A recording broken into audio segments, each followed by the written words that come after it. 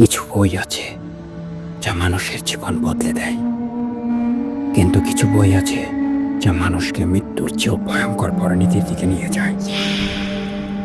আজ আমরা শুনব এমন এক কিতাবের গল্প যেটি শত শত বছর ধরে হারিয়ে গিয়েছিল, কিন্তু যেই এটি আবার খুঁজে পাওয়া গেল তারপর থেকে একের পর এক মৃত্যু শুরু হলো। আপনি কি সাহস রাখেন শুনতে? তাহলে আলো নিভিয়ে একদম একা বসে শুনুন, কারণ এই গল্পটা শুধু গল্প নয়, এটা এক নিষিদ্ধ সত্য।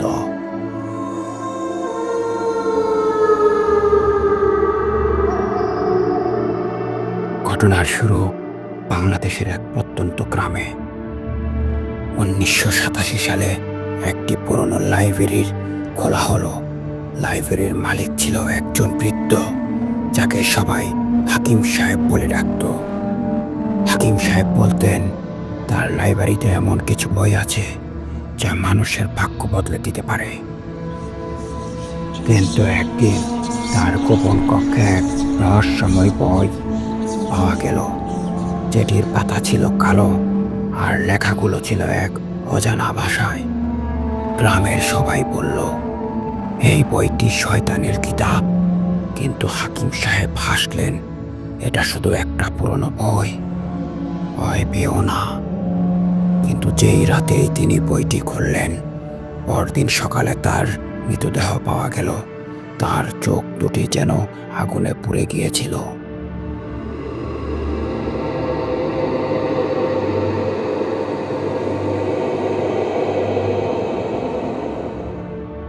হাকিম সাহেব মারা যাওয়ার পর তার লাইব্রেরি বন্ধ করে দেওয়া হলো।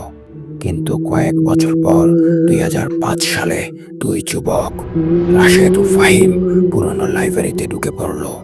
তার পুরনো বই কাটতে কাটতে সেই অভিশপ্ত কিতাবটি খুঁজে পেল। বইয়ের পৃষ্ঠাগুলো ছিল বরফের মতো ঠান্ডা। রাশেদ বলল, দেখি তো কি লেখা আছে। সে একটি পৃষ্ঠা খুলতেই বাতাসের মধ্যে একটা গন্ধ ছড়িয়ে পড়ল, যেন পোড়া মাংসের গন্ধ। তারপর ঘরের বাতিগুলো একে একে নিভে গেল। ফাহিম চিৎকার করলো, বেরো বেরো, এটা ভালো কিছু না। কিন্তু তখনই পেছন থেকে কেউ একজন বলল, এখন আর দেরি নেই। কিন্তু ঘরে তো কেউ ছিল না।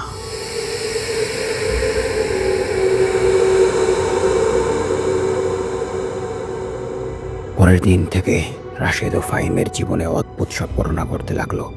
তাদের ঘরে রাতের বেলা পায়ের শব্দ শোনা যেত, জানালায় কেউ নখ দিয়ে আঁচড় কাটত। এক রাতে রাশেদ ঘুমানোর সময় দেখলো তার বুকের উপরে একটা কালো ছায়া বসে আছে। সে চিৎকার করতে চাইল, কিন্তু গলার সুর বন্ধ হয়ে গেল। ফাহিম তখনই বলল, এই বইটা ধ্বংস করতে হবে, এটা আমাদের শেষ করে দেবে। কিন্তু তখনই বইয়ের পৃষ্ঠাগুলো নিজেই উল্টাতে লাগলো, আর অন্ধকারের মধ্যে একটি কণ্ঠস্বর বলল, এটা দোজখের দরজা, একবার খুলছ আর বন্ধ করতে পারবে না।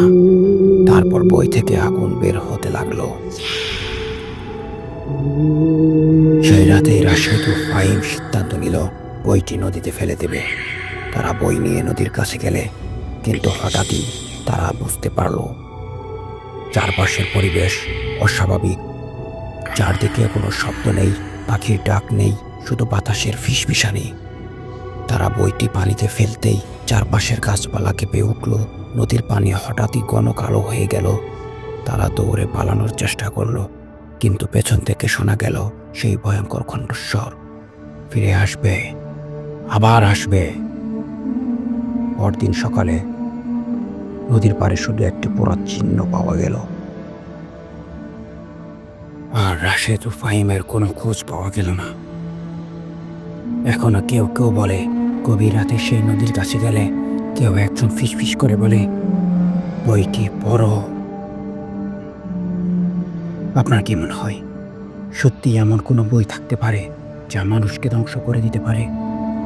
আপনার এলাকায় কি এমন কোনো পুরনো গ্রন্থ আছে যার চারপাশে রহস্যময় ঘটনা ঘটে কমেন্টে জানান। আর পরবর্তী ভয়ঙ্কর গল্পের জন্য সাবস্ক্রাইব করতে ভুলবেন না।